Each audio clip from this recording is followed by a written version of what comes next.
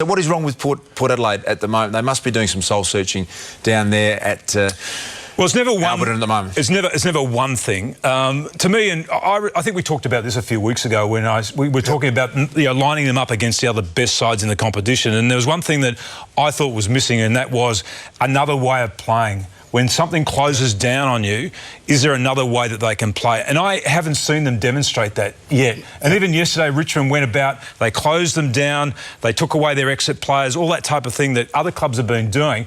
And in the end, they weren't able to actually work their way through being able to find other kicking options when they went forward. Well, look at this. This is last year. Look at the fast ball movement. I mean, they were unstoppable. They used to, as they say, go coast to coast. Their defensive 50 inside their forward 50, they're one of the best sides in the competition at that. That's what's been slowed down. You look now, they chip the ball around. Now, this can be said, it's about them, but it's also about, obviously, their opposition. Their opposition are setting up differently. They know how to play them. So to just back up what you said, Tim, they're pretty much a one-trick pony.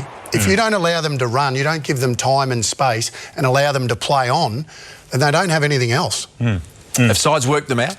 I think they have. They've worked that part of them out about how you actually shut them down. I mean, they're still quick, and you still need to be able to contain them around the stoppages because they can, they can break out of that part of the ground. And maybe they're missing Pollock at the moment as well. I mean, he was one of those running players on the back half for them, or at the back half for them. But at the moment, like Ken Hinkley's talking about, staying on message and that type of thing. I think they actually just need to change the way they play, make themselves more difficult to play against.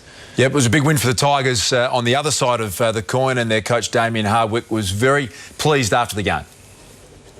Oh, it was as mature as a win as I've seen from our footy club, I'd go to say. Look, Port are a proud footy club, having known them to come back. They'd be disappointed after their loss last week to Brisbane. They're playing for a club legend in Kane Corns.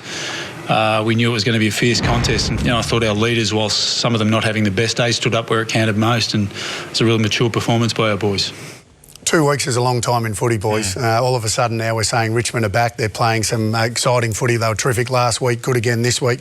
But a bloke that's much maligned, and I know that you've probably underrated him to some point, Tim, through his whole career. He's won 2 best and fairest. Brett Delidio.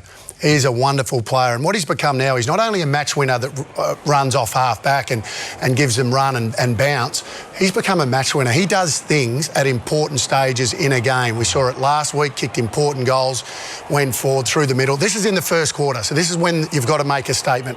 Remembering, they got flogged last year at this ground in a final, so there would have been a few memories there. For him to go out and put his stamp on the game, and I know he's in the second half of his career, I think he's a better player now than he ever has been. Yep. Well, they're back in form, and it's no coincidence that he's back in the side. He played that first game, then went out through injury.